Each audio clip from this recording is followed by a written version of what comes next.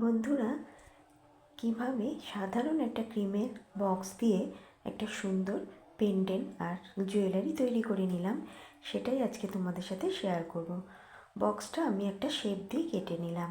তারপরে আমি আজরাকের কিছু টুকরো কাপড় নিয়ে সেই বক্সটাকে চারিধার থেকে আঠার সাহায্যে কভার করে নিলাম। দেখো কি সুন্দর একটা পেন্ডেন্ট তৈরি হয়ে গেল। এবারে বাড়িতে হাতে তৈরি করে নিলাম একটা সাদা টার্সেল। যেহেতু এটা রয়্যাল ব্লু আর সাদার উপরে কাপড়টা রয়েছে, সেই জন্য আমি সাদা টার্সেল দেওয়াই ভালো মনে করলাম। তো টার্সেলটা আমি ভেতরে দিয়ে এবার দুদিক থেকে কাপড় মুড়ে দেখো কত সুন্দর একটা পেন্ডেন্ট বানিয়ে নিলাম। এবারে সুতোর সাহায্যে দুটো কটন বল ভরে নেব টার্সেলের মধ্যে, আর কিছু সাদা করি দিয়ে এবার খুব সুন্দর করে সাজিয়ে নিলাম। দেখো তোমরা, দুটো দিকটা এত সুন্দর করে সাজিয়েছি।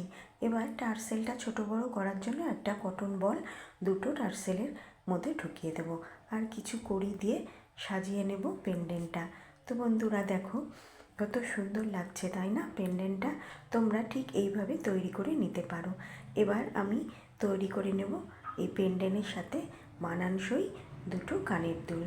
তো চলো দেখা যাক কানের দুল দুটো কেমন তৈরি করেছি।